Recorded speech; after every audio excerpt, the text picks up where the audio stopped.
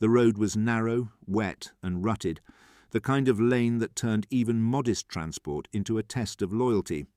Yet the Bedford OY pushed through it with a blunt refusal to stop, its straight six engine thumping steadily as if boredom were its greatest enemy. Men leaned on it, loaded it, and occasionally swore at it, for this truck was expected to bring order to places where order rarely survived the morning. Its ladder frame flexed just enough to keep the axles planted, and its overtaxed leaf springs did their best to smooth the chaos. On certain days, the only thing more stubborn than a British soldier was the Bedford carrying him. It wasn't elegant, but it was there when nothing else was.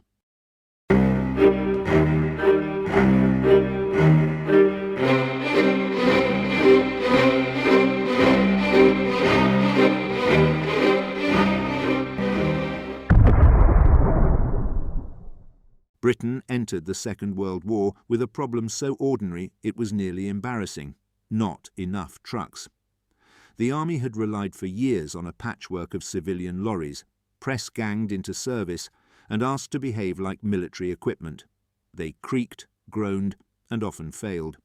By 1940, supply columns were juggling incompatible spares, mismatched load beds, and engines that resented anything heavier than sacks of grain. What the army needed wasn't glamour or novelty. It needed a dependable, uniform workhorse that could haul, tow, and endure. Industrial planners knew that the war had created a logistical vacuum. A continent braced for mechanized conflict needed an uninterrupted flow of ammunition, food, fuel, wire, and men. Without a standardized three-tonner, Britain risked something far more dangerous than empty depots: a break in operational tempo. Even the most brilliant strategic idea collapses when the back-end transport system wheezes itself into irrelevance. The Bedford O-Series platform, on which the OY would be based, offered the beginnings of a solution. It was neither experimental nor exotic. It was simply buildable. The key advantage lay in its production efficiency. Bedford's factories could stamp cabins, assemble chassis rails, and mount engines in volumes that matched wartime mobilization. The army needed thousands. Bedford could provide thousands. It was that brutally straightforward. The first technical insight that mattered was the straight-six overhead valve engine. Where many other wartime trucks clung to side valve layouts, the Bedford's OHV design breathed better at low RPM, offering torque where it counted: muddy inclines, half-collapsed roads, and improvised landing grounds. Torque, not top speed, was the currency of wartime logistics. Secondly, the Bedford's leaf-sprung suspension was tuned for mixed surfaces. It wasn't comfortable, but it distributed punishment evenly across both axles. This meant the truck could carry its full 3-ton load without sagging or cracking spring leaves, a common failure in pressed civilian lorries. Thirdly, the exposed ladder frame chassis was simple to inspect and repair. Bent rails could be heated and hammered straight at roadside workshops. Broken cross members could be replaced without special jigs. For an army that frequently rebuilt vehicles in barns, fields, or commandeered garages, this repairability was a strategic asset in itself. As Britain endured the destruction of cities, the weight of civilian salvage efforts underscored how dependent a nation becomes on basic transport. Images of people hauling broken stoves, twisted metal, and shattered belongings spoke to a broader truth. Everything needed moving, all of the time. The army's needs were harsher still. In an office memo of the era, one officer apparently wrote that a good truck shortens the war, mostly by keeping the complaints to a minimum, which was about as close as Whitehall ever got to enthusiasm. The Bedford OY wasn't conceived in triumph, but necessity. It was designed to answer the most persistent wartime question: how do you move everything, everywhere, without waiting for ideal conditions? Britain now had a blueprint for an answer, and the work to build it properly had only just begun. The vision behind the Bedford OY wasn't born from a grand design committee or a dramatic unveiling. It came instead from a quiet shift in British military thinking, the realization that logistics was no longer a background function, but a theatre-defining asset. By the early 1940s, planners saw that a mechanized war could only be sustained by vehicles that were as uniform as ammunition and as dependable as rations. A truck like the OY had to be more than a carrier. It had to be a system.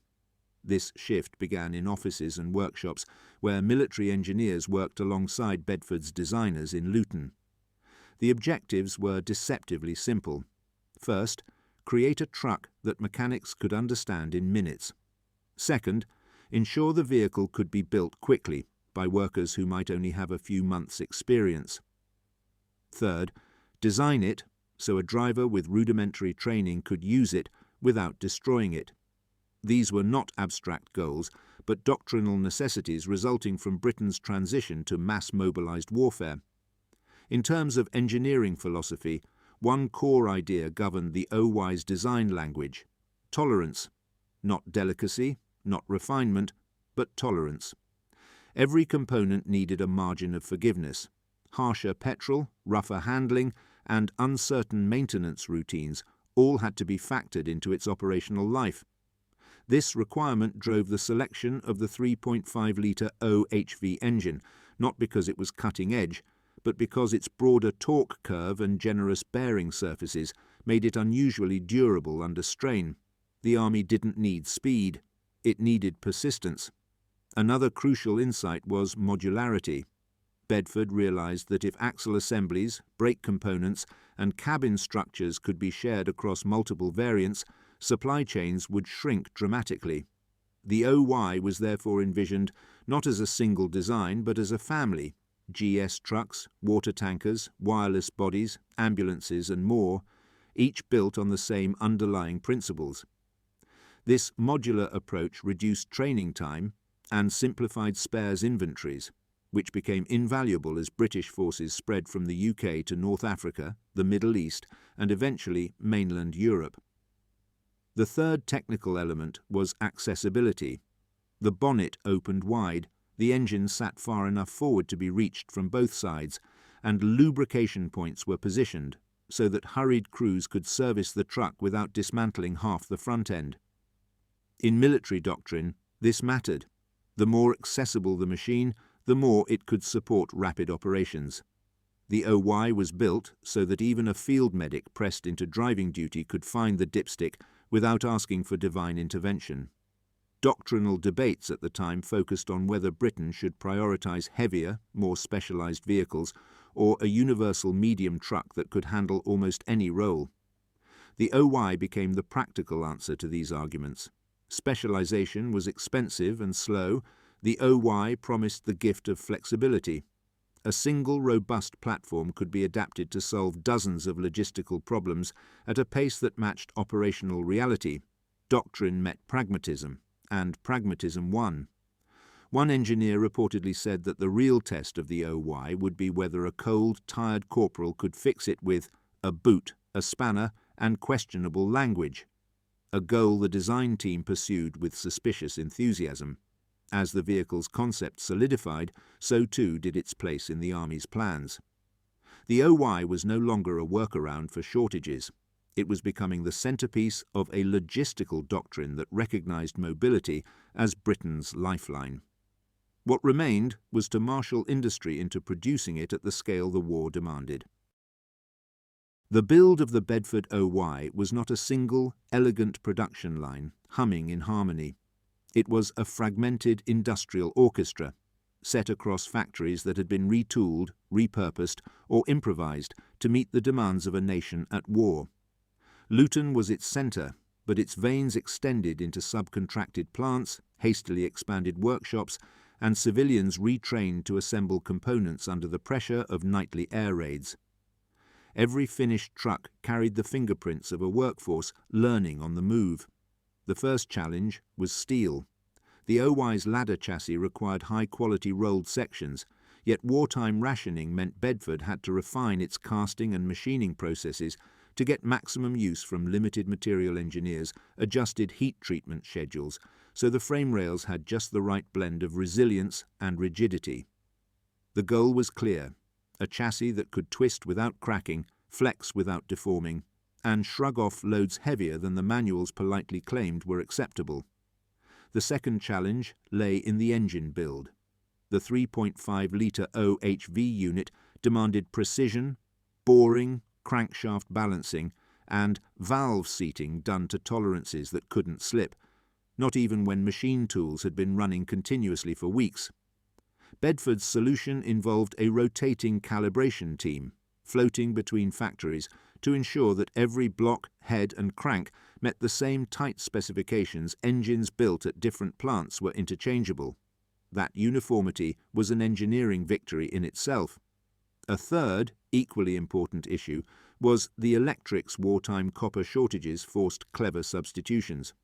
Wiring looms were redesigned to reduce wasted length, and connectors were standardized to avoid confusion in the field. Mechanics needed to recognize every plug, clip and harness at a glance. The 6-volt system wasn't glamorous, but it behaved predictably despite the cold, the mud, and the occasional soldier who decided that fuses were optional extras.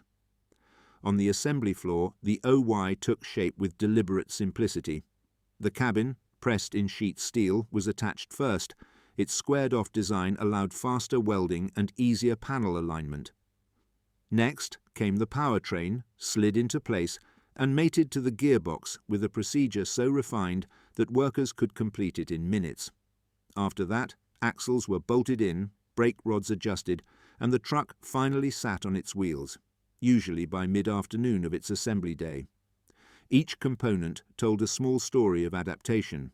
The oil bath air filter, for example, was chosen because it tolerated dust storms in North Africa and the rubble-laden air of bombed-out European cities. The mechanical brake linkages, though unfashionably simple, were able to survive when hydraulic lines might rupture under debris or freezing temperatures. Even the seating inside the cab, minimal as it was, used padding that resisted moisture so it didn't rot during prolonged field exposure. Field workshops loved the OY for reasons that bordered on affection. Mechanics could unbolt the gearbox without removing the engine, an astonishing gift when working outdoors in sub-zero climates. Spare parts arrived in crates that doubled as improvised workbenches. The design had considered the life of the man with the spanner as much as the officer with the clipboard. One inspector joked that the OY was the only British vehicle that didn't need morale-boosting posters to persuade it to start in winter, which immediately elevated it to national hero status. As production peaked, trucks rolled out in long lines, identical in silhouette, yet destined for profoundly different roles. Each represented an industrial success, a machine built fast, built well, and built in numbers large enough to matter. Now came the task of proving that this carefully constructed simplicity could survive genuine wartime conditions. Field testing the Bedford OY meant exposing it to every indignity the British Army could devise. Cold mornings on Salisbury Plain, scorching afternoons in the North African interior, flooded tracks, improvised bridges, and the sort of road surfaces that seemed designed by someone with a grudge against tyres. Engineers stood nearby with clipboards, spanners, and the slightly haunted expression of men awaiting a verdict from the laws of physics. What mattered was not elegance, but endurance. Could the OY keep moving when theory insisted it had no right to? One of the first trial priorities was climb performance. Fully laden, the OY had to ascend gradients that were closer to geological features than roads. The straight-six engine, with its broad torque band, proved adept at slow, persistent climbs. Torque delivery that allowed the vehicle to crawl rather than stall. Trial reports noted that the truck's low-range gearing allowed a kind of mechanical stubbornness. Once committed, the OY could heave itself upwards with a consistency that made drivers trust it instinctively. Another vital test area was braking behaviour under load. Mechanical rod brakes were considered old-fashioned even then, but they offered reliability in conditions where hydraulics might freeze or rupture. On muddy descents, the system provided a predictable, linear pull that allowed drivers to maintain control even when the back end began wandering like an indecisive sheepdog. What impressed engineers most was that the brake rods rarely went out of alignment, even after hundreds of miles of corrugated track, proof that the linkages absorbed impacts without bending cabin durability also underwent scrutiny. In hot climates, thin steel panels absorbed heat rapidly. In cold ones, they became as welcoming as an icebox. Yet welds rarely cracked, and the door hinges resisted dust ingress better than expected. This mattered for crews who frequently spent entire days inside the truck. The seat padding, primitive by modern standards, retained its shape and resisted waterlogging. Crews remarked that the OY was basic but never treacherous. Testing in desert conditions revealed a vital insight. The oil bath air filter was a quiet triumph. In sand-laden winds, the engine remained protected, maintaining power output far longer than comparable vehicles whose filters choked quickly. Meanwhile, the cooling system, with its deep radiator core, proved remarkably resistant to overheating. Even at low speeds, where airflow was poor, the Bedford stayed within safe operating temperatures, a critical advantage in convoy operations. Water crossings offered another challenge. During trials, engineers found that the OY's high-mounted distributor and well-shielded electrics kept the ignition system dry even during brief immersions. Soldiers liked to say the truck could splash without sulking, which, while not an official metric, did reflect its surprisingly forgiving waterproofing. Driver feedback formed the backbone of the evaluation. Many noted that the steering, though heavy at low speeds, communicated surface conditions unusually well. Others appreciated the straightforward gearbox. Long throws, yes, but unmistakably precise in its engagement. The truck telegraphed its intentions through vibration and noise, which experienced drivers treated as a form of dialogue. Once accustomed to its rhythms, they could detect issues early: loose mounts, misaligned rods, or minor air leaks in the fuel line. The final trial stage involved simulated battle conditions, sudden stops, rapid load shifts, and towing damaged vehicles. Here, the OY's frame flex became an unexpected asset. Instead of cracking under diagonal stress, the chassis absorbed punishment with a degree of elasticity. This gave the truck a peculiar resilience that engineers grew increasingly proud of. One test driver famously remarked that the OY handled rough ground with all the enthusiasm of a man late for last orders, which the engineers considered both insulting and oddly flattering.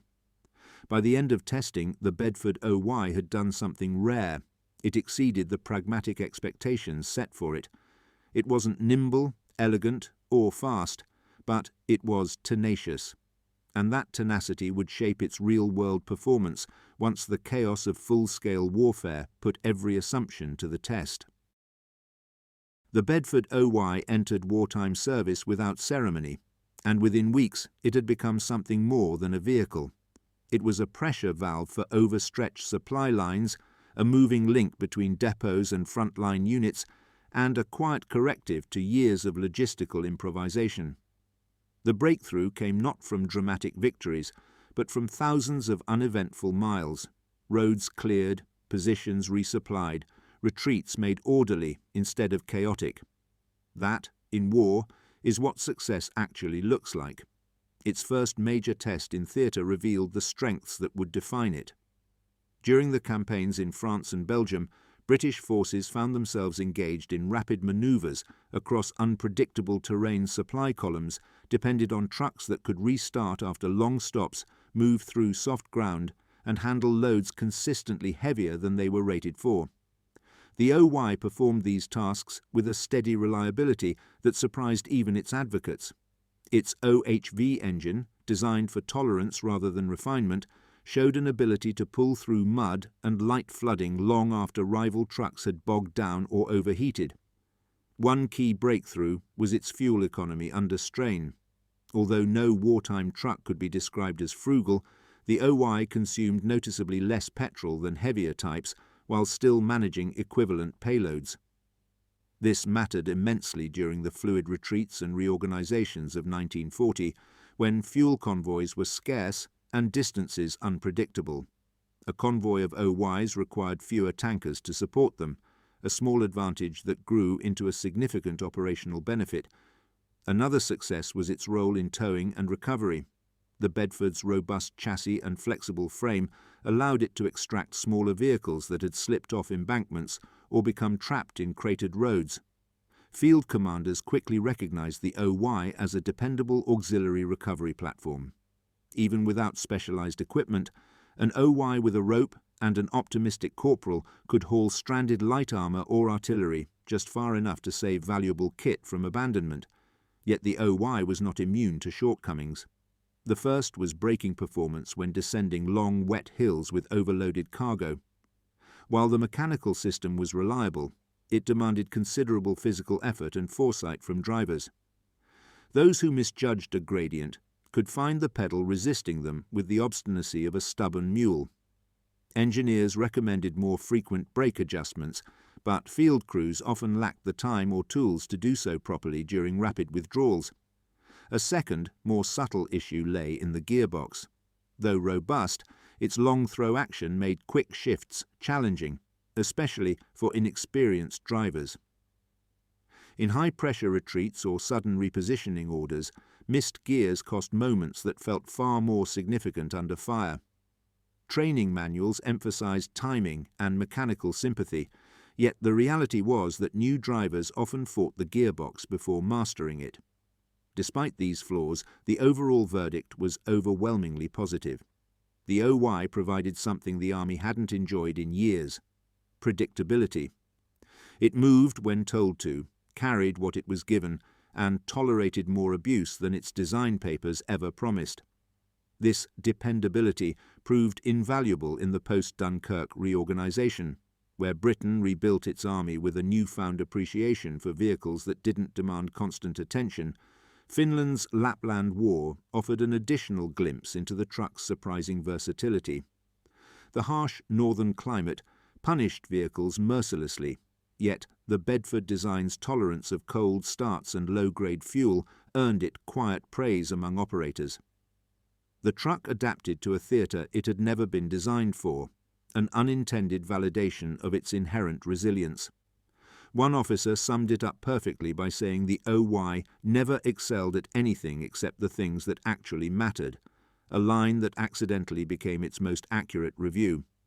In service, the Bedford OY proved that a well-built, thoughtfully engineered vehicle could shift the fate of campaigns not through spectacle, but through consistency.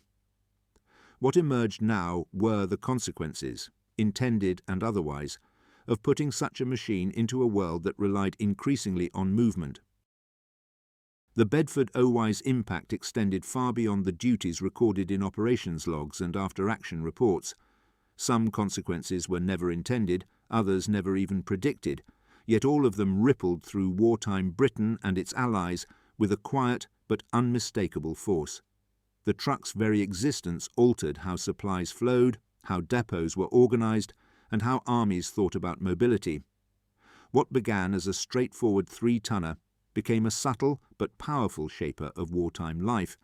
One of the most significant hidden consequences arose from supply chain homogenization. Before the OY, British depots resembled chaotic marketplaces of mismatched spares, incompatible panels, and engines that required their own ecclesiastical vocabulary to maintain. The OY changed this overnight. Standardizing such a widely used platform reduced inventory bloat dramatically. Everything from wheel bearings to distributor caps became predictable items, stocked in uniform quantities and interchangeable across vast numbers of vehicles. This had a surprising economic effect. Depots could shrink, frontline workshops could operate with leaner stores, and transport officers could plan with a confidence that hadn't existed since before the war. A second, equally interesting consequence involved labour. Wartime Britain suffered from chronic shortages of skilled mechanics. The OY's simple construction meant that civilian volunteers, factory workers, rail hands, and even agricultural labourers could be trained to service them in weeks rather than months. This drastically expanded the available mechanical workforce. It also meant that units abroad could rely on locally recruited labour to carry out maintenance, freeing trained REME personnel for complex tasks. The OY, inadvertently, became a teaching tool. A third hidden effect was psychological. Troops began to associate the OY with predictability, a rare commodity when moving through bombed cities, wind-lashed beaches, and roads carved into rubble. Soldiers trusted the OY to turn up with supplies, to survive detours, and to crawl across ground that even mules examined suspiciously. In eras of prolonged uncertainty, small consistencies mattered. The OY became a mobile symbol of continuity in a world that frequently refused to behave. Then there was the question of infrastructure.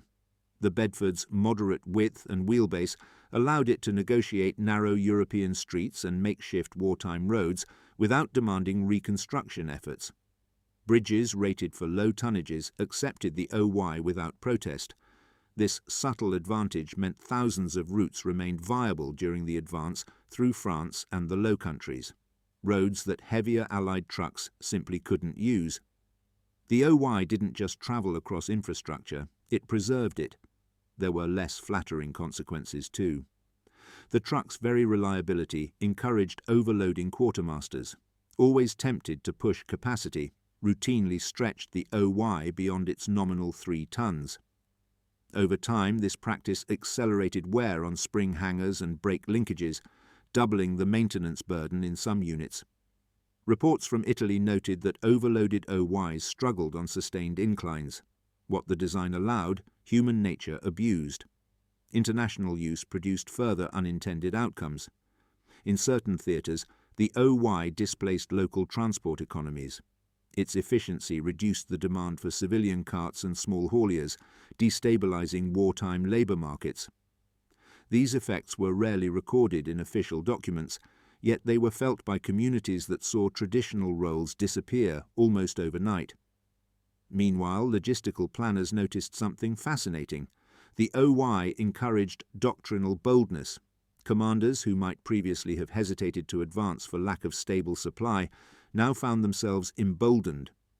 When your transport keeps pace with your ambition, strategy becomes a more daring exercise. This shift appeared subtly in campaign journals. Faster advances, bolder detours, and more flexible support concepts. One logistics officer dryly observed that the OY removed excuses faster than it removed obstacles, which became the unofficial slogan among supply depots. These consequences, economic, doctrinal, psychological, were never part of the design brief. Yet the Bedford OY created them simply by existing in sufficient numbers and by doing its job with dependable monotony. The war was changing, and in ways unnoticed by most, the OY was pushing that change along with every loaded mile. When the guns quietened and Europe attempted to remember how to rebuild itself, the Bedford OY remained in motion. It was too useful, too numerous, and far too straightforward to retire armies acknowledged that the truck had helped hold their supply lines together, but civilians quickly discovered something else. The OY could be anything they needed it to be. As demobilization began, this modest 3-tonner entered a second life that shaped post-war industry, emergency services, and rural life in ways few military vehicles ever manage. One of its earliest post-war roles was infrastructural reconstruction. Bombed cities needed rubble cleared, bricks hauled, timber delivered, and utilities restored. The OY's rugged frame, already accustomed to carrying awkward wartime payloads, adapted effortlessly to civvy loads. Councils purchased surplus units in the thousands, some with canvas tilts still peppered by shrapnel holes, and put them straight to work mechanics who had serviced OYs during the war, transitioned into civilian garages with the comforting knowledge that the vehicle they were maintaining had no appetite for mysteries. A significant legacy emerged in emergency services. Brigades across Britain and the Commonwealth repurposed OYs as fire tenders, hose carriers, and support vehicles. Their long wheelbases and stable handling made them ideal for heavy pumps and water tanks. Even better, the Bedford's engine maintained enough torque at low speed to power auxiliary equipment through belt drives. Towns that could not afford entirely new fleets adopted these ex-military machines with gratitude, often keeping them in service well into the 1960s. Another strand of legacy appeared in agriculture. Farmers, already familiar with Bedford civilian trucks, appreciated the OY's resilience on soft ground and its ability to lug equipment up rutted tracks. Many were converted into grain carriers, livestock transports, or simple general-purpose hauliers. The straightforward driveline meant that rural mechanics, more accustomed to tractors than trucks, could repair them quickly. The OY's ladder chassis became a literal foundation on which farms built bespoke bodies suited to individual needs. Technically, the OY also left its mark. Designers studying post-war vehicle development noted that its modularity had reduced production times and simplified maintenance to a degree that demanded attention. Bedford's subsequent civilian and military models adopted many of the same principles: accessible components, durable mounting points, and flexible chassis layouts. The OY's influence seeped quietly into later designs without fanfare or self-promotion. A further legacy appeared abroad. Nations rebuilding after the war, particularly in Europe and parts of the Middle East, acquired surplus OYs at low cost. The truck proved adaptable to climates and operating conditions far removed from anything its designers had imagined. In some regions, the OY even became the backbone of early national transport services, linking remote communities and supporting fledgling industries. Its longevity meant that in certain countries, ex-military OYs continued service into the 1970s, an astonishing lifespan for a wartime design restoration enthusiasts in later decades discovered that the Bedford's simplicity was a gift to future generations. Its straight chassis rails, non-exotic materials, and mechanical systems could be rebuilt with common tools. Enthusiasts became archivists, preserving not a relic but a blueprint of mid-century engineering. They documented wiring diagrams, reproduced long-vanished components, and kept alive the techniques once used by wartime workshops. The aesthetic legacy is equally compelling. The OY's squared-off stance and purposeful proportions became emblematic of British wartime engineering, functional, unpretentious, and inherently honest. In photographs, the truck rarely looks heroic. It looks necessary. That quality resonated with historians who increasingly recognize logistics as the true measure of wartime capability. One restorer quipped that bringing an old OY back to life was mostly a matter of coaxing it awake and apologizing for the neglect, which, in fairness, describes many British vehicles of the era. Its legacy is not one of spectacle, but of service. The Bedford OY shaped how wars were supplied, how peace was rebuilt, and how engineering could succeed by prioritizing practicality over prestige. Its influence endures wherever reliability, adaptability, and sheer usefulness are valued. In the quiet years after the war, when engines echoed through empty yards rather than along the front lines, the Bedford OY occupied an unusual place in collective memory. It had no myths attached to it, no grand reputation, and no defining moment of cinematic heroism. Yet it lingered wherever people reflected on how a war is actually sustained. The truck did not win battles, but it allowed armies to reach them. In that simple truth lies its deeper significance. To understand the OY's final contribution, it helps to look again at the environments where it served: bombed cities, flooded farmlands, desert tracks, improvised ports. Conditions so varied that no single design could ever truly be optimized for all of them. Yet the Bedford managed to operate across this spectrum with a mechanical temperament that bordered on the stoic. It absorbed punishment, shrugged off rough handling, and continued forward even when its surroundings seemed determined to stop it. The first insight that emerges from this is philosophical rather than mechanical. Engineering built for tolerance becomes engineering built for longevity. The OY's design favored margins over refinement, accessibility over sophistication. These choices, though pragmatic at the time, laid the foundation for the post-war belief that vehicles serving broad populations should be resilient rather than exquisite. This ethos influenced later generations of commercial trucks that prioritized ease of repair above pure performance. A second insight relates to the cultural legacy of utility. The OY demonstrated that usefulness, when practiced at scale, can quietly reorient strategy. Military thinkers, reviewing wartime reports, saw that the vehicles which mattered most were not the ones that impressed on parade squares, but those that kept moving under strain. The OY, and its many relatives, proved that independence from perfect conditions is a strategic advantage in itself. This notion seeped into Cold War planning. Mobility must remain robust even when the environment refuses to cooperate. The third insight sits at the crossroads of history and engineering. When vehicles like the OY transitioned into civilian life, they didn't merely become transport tools. They became connective tissue for societies rediscovering stability, a village receiving supplies, an airfield reopening, a factory restarting production. Many such scenes were made possible because surplus wartime trucks bridged the gap until new equipment arrived. The OY helped shape the early Reconstruction economy, its presence felt even when unacknowledged. Returning to the idea of the cold open, the Bedford's essence remains unchanged. It was a machine defined by unromantic necessity. It confronted weather, terrain, and scarcity without expecting praise. Its value lay in making the improbable seem routine. Vehicles like the OY remind us that history is rarely carried forward by the spectacular. More often, it advances on the axles of the practical. Today, when one of these trucks appears at a rally, in a workshop, or on a remote farm still doing honest work, it offers a kind of mechanical continuity with a world that has otherwise faded. There is no need to embellish its story. The Bedford OY endured because its engineering contained the humility of purpose, a willingness to serve any role demanded of it, without insisting on special treatment.